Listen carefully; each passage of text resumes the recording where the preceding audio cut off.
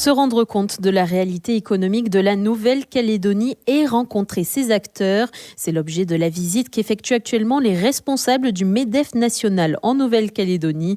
Son président Patrick Martin et son vice-président Bruno Arcadipan étaient nos invités dans les Jeudis de l'économie en compagnie de Mim Sidélé, la présidente du MEDEF-NC. Jean-François Baudin. Patrick Martin connaît évidemment la situation politique et économique du territoire. Le MEDEF-NC travaille en étroite collaboration avec la structure nationale. Depuis hier, avec les membres de sa délégation, Patrick Martin rencontre et échange avec les entrepreneurs calédoniens et il ne s'attendait pas à découvrir une telle énergie après les émeutes de 2024. Je trouve qu'il y a dans ce territoire, alors c'est vrai d'une manière générale des chefs d'entreprise, mais singulièrement dans ce territoire, je trouve qu'il y a une énergie entrepreneuriale qui est absolument extraordinaire. Et j'avoue que je n'en attendais pas tant, parce que c'est vrai que les événements de l'an passé ont été un véritable traumatisme, avec des conséquences psychologiques, mais des conséquences matérielles absolument considérables. Eh bien, non, c'est pas ce que j'ai compris, en tout cas. Alors, ça ne suffit pas. Ça ne suffit pas à régler toutes les situations. À un moment donné, il faut prendre des options claires, nettes, précises, et puis des options d'avenir, pas des options de déclin.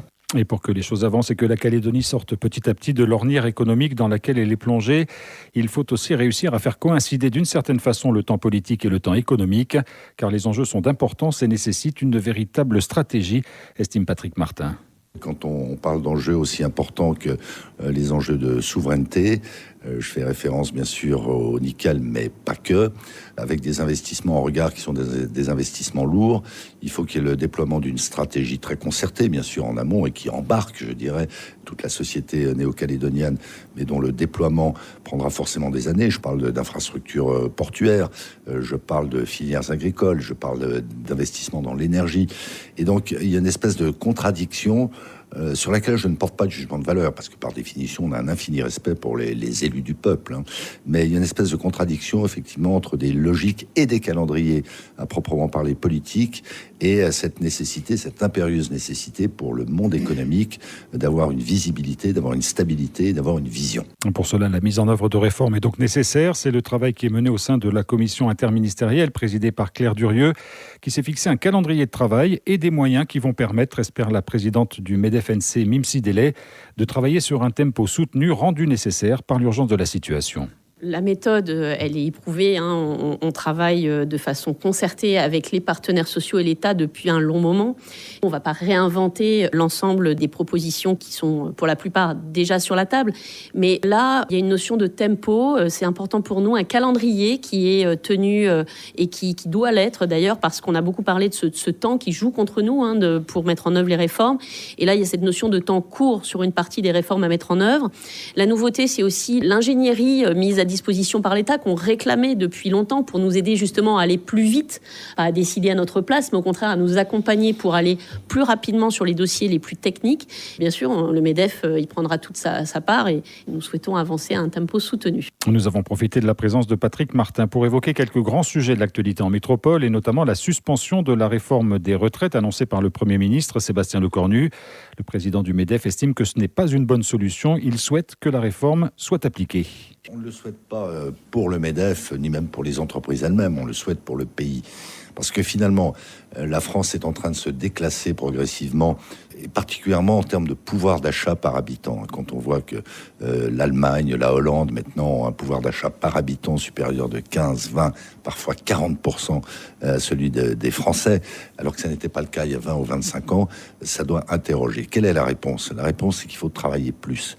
Et je dirais qu'elle est pimentée, cette réponse, par le fait évident qu'on a une démographie qui va de plus en plus déséquilibrer. Travailler plus ou travailler plus longtemps ? Alors, les deux. Les deux. Évidemment, le fait qu'on suspende non seulement la réforme Borne sur l'âge légal de départ, mais la réforme Touraine sur le nombre de trimestres de cotisation, ça va donner un coup de frein terrible et ça va peser sur la prospérité du pays, donc le pouvoir d'achat.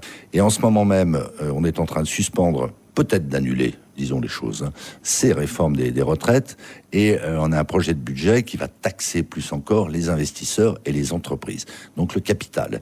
Mais écoutez, c'est pas ça qui nous mettra dans la bonne direction, et moi en tant que président du MEDEF, j'assume totalement cette position qui est peut-être pas très populaire, mais qui est de bon sens. D'une manière plus générale, Patrick Martin regrette que les sujets essentiels, l'emploi des jeunes ou la formation par exemple, ne soient pas assez pris en compte dans le débat politique. Quand vous regardez bien les choses, le débat politique est focalisé sur quelques sujets qui ne sont pas négligeables, mais qui ne sont pas essentiels. C'est la taxation des super riches, c'est les supposées aides aux entreprises avec un rapport qui est complètement bidon. Je le dis d'autant plus que je l'ai dit à son auteur quand il m'a invité à plancher en face de lui à la fête de l'humanité. Vous voyez que rien ne m'arrête, où j'étais très bien reçu, je dois le dire. Et un certain nombre d'autres sujets qui délibérément saturent le débat public et occultent les vrais enjeux. Je le redis, les vrais enjeux, c'est la croissance, c'est l'innovation, c'est l'investissement, c'est la compétitivité.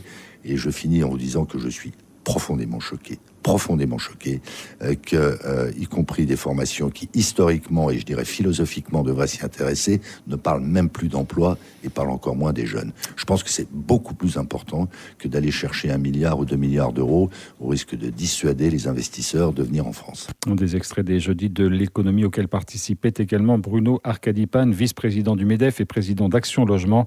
Une émission qui est disponible en réécoute audio et vidéo sur notre site internet.